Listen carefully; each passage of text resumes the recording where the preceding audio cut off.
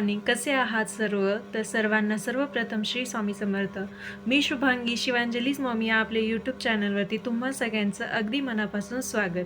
तर आज आहे आषाढी एकादशी म्हणजे देवशयनी एकादशी. तर आजच्या आषाढी देवशयनी एकादशीच्या तुम्हा सर्वांना अगदी मनापासून शुभेच्छा. तर आजचा दिवस कसा जातोय हे वेळ न घालवता सुरुवात करूयात. Stay tune. त्यानंतर दिवसाची सुंदर सकाळ देवपूजेने झाली. देवपूजा हेच मनशांती मिळवण्याचे सर्वात मोठे साधन आहे असं तरी मला पर्सनली वाटतं. त्यानंतर विठ्ठल रुक्मिणी मातेला छान अभिषेक करून घेतला. देवांना फुलं आणि तुळशीपत्र वाहिल्याच्या नंतर मन अगदी प्रसन्न होतं. घरात एक पॉझिटिव्ह वाईब निर्माण होते आणि देवघरही अतिशय छान आणि प्रसन्न दिसतं.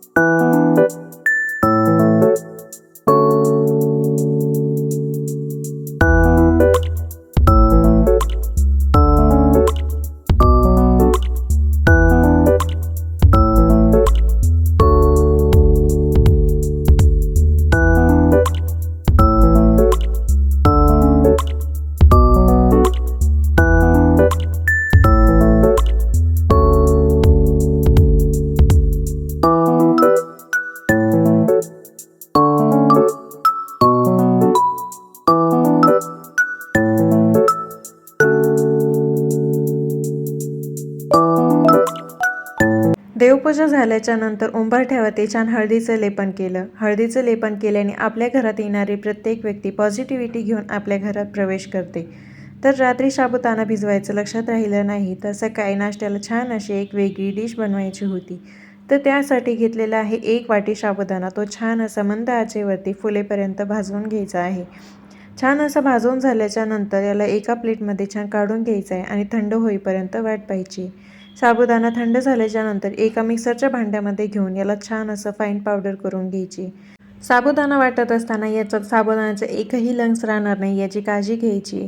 साबुदाणा गरम गरम असताना अजिबात वाटायचा नाही, त्याच्याने त्याला पाणी सुटतं आणि आपल्याला हवी तशी पावडर भेटत नाही.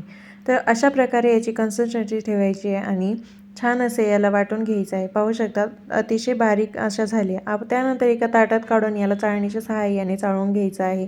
यात जर काही साबुदाणा राहिला तर याला पुन्हा गाळून पुन्हा पावडर करून घ्यायची.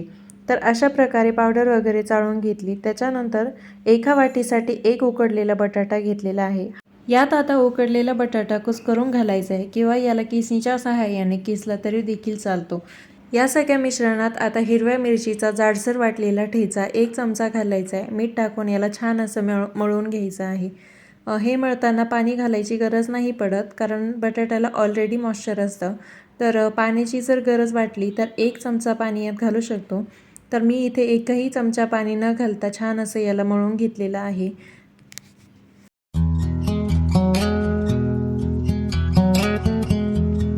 मळलेलं पीठ 5 मिनटं रेस्ट करण्यासाठी ठेवायचं आहे. 5 मिनटानंतर छान पीठ आपलं मऊ झालं आहे. आता यातला एक छोटा गोळा घ्यायचा आहे आणि या पिठाला छान पुन्हा हातावरती मळून घ्यायचा आहे आणि मळलेल्या गोळ्याला छान असा लांबट असा आकार देऊन घ्यायचा आहे. लांबट आकार दिल्याने आपले हे कटलेट अगदी छान आणि वेगळ्या प्रकारचे दिसतात. तर अशा प्रकारे मी सर्व बनवून घेतले. तर यांना आता आपण डीप फ्राय नाही करणार आहोत, थोड्याशा तेलामध्ये शॅलो फ्राय करणार आहोत. तर अशा प्रकारे पसरट पॅन घेऊन त्यात छान असं सर्व कटलेट सोनेरी रंग येईपर्यंत परतवून घ्यायचे आहेत किंवा भाजून घ्यायचे आहेत.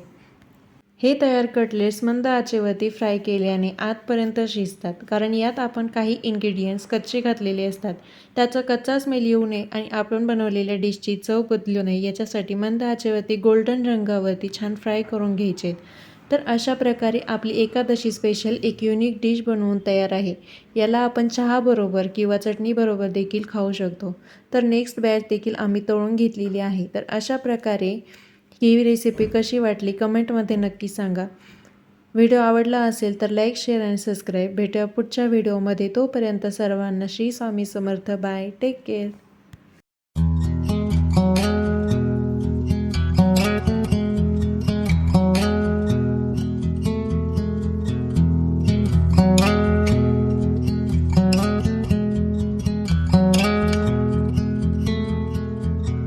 If we tried it, we can make it.